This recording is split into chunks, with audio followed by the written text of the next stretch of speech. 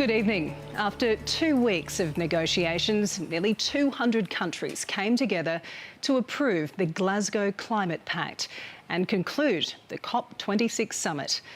While the mention of coal is unprecedented in a COP agreement, a last-minute intervention by India and China saw language over fossil fuels watered down. The key points of the deal include a request for increased financial help for the developing world to better adapt to climate change.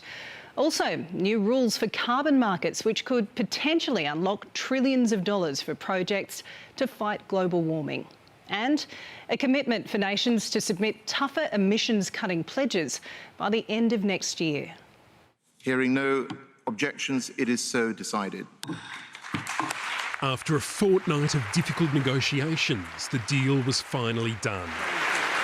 The Glasgow Pact will strengthen short-term climate targets and help the world move away from fossil fuels faster. But even its architect knows it's far from perfect. This is a fragile win. Fragile because of a last-minute fight over coal. The final draft presented to delegates called for accelerating efforts towards the phase-out of unabated coal power, language which had already been softened. But India and China demanded it be watered down further to the phase-down of unabated coal power. How can anyone expect that developing countries can make promises about phasing out coal and fossil fuel subsidies? Developing countries have still to deal with their development agendas and poverty eradication. Frantic negotiations on the summit floor ensued, climate diplomacy playing out in front of the cameras. In the end, the rest of the world coal clause was rewritten, phase down rather than phase out. You know the old adage of negotiation, you can't let the perfect be the enemy of the good. And this is good. Good, but not great. I apologise for the way this process has unfolded, and I'm deeply sorry. The COP president fighting back tears. Australia had not joined the objections of India and China. We can accept the text and we look forward to working with people and delivering action as we go forward. Thanks. Although the ambassador for the environment wouldn't say if he'd pushed for any other concessions on coal. Jamie, you're Australia's representative here, and you won't speak about the position Australia took in the talks? So it's not my job to speak. The Glasgow Pact requests countries revisit and strengthen 2030 emissions reduction targets next year, something Australia has been reluctant to do.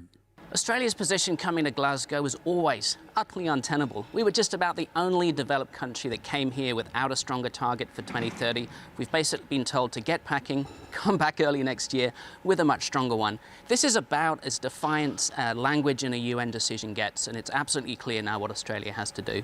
Rich countries have been urged to double funding for climate adaptation in the developing world by 2025, but it's a promise rather than a guarantee. It's a death sentence for the poorest people on the planet. And not only that, the polluters are saying, to hell with you, we don't care, we're not going to give you a penny. The compromises required to get a deal done are difficult for some countries to take, but they're also inevitable. It's just how this process works. What's more important is what happens in the years and decades to come. The Glasgow Climate Pact will count for nothing if countries don't follow through on the commitments they made here. Island states know that even if every pledge is honoured, it may still not be enough to save them. What is balanced and pragmatic to other parties will not help the Maldives adapt in time. It will be too late for the Maldives. For some, loss and damage may be the beginning of conversation and dialogue, but for us, this is a matter of survival. The ultimate goal of this summit was to keep 1.5 alive. That is, the idea that global warming can be limited to 1.5 degrees. As it stands, if every government does everything it promised, the world still faces an estimated temperature rise of around 2.4 degrees. Our fragile planet is hanging by a thread. We are still knocking on the door of climate catastrophe. And Chief International Correspondent Ben Lewis joins us now live from Glasgow. G'day, Ben. Tell us, after all these discussions, we now have a pact, but can the summit be called a success? Janice, good evening. It really depends on who you ask. Delegates here from wealthier nations seem pretty pleased with how things have gone overall, believing it's an important step on the path from that landmark Paris Agreement. But many delegates from the developing world feel they've essentially been forced to take what has been offered, that wealthier nations simply didn't step up to the plate enough, particularly when it comes to climate finance. Greta Thunberg has described the summit once again as blah, blah, blah, but many environmental groups are actually a little bit more positive about the outcome than that. The dream of keeping global warming to 1.5 degrees remains alive, but only just. For it to be not just an aspiration, countries are going to have to submit much tougher climate pledges ahead of next year's COP summit in Egypt. Janice. Plenty still to come. Thanks so much. That's our man in Glasgow, Chief International Correspondent Ben Lewis, joining us from Glasgow.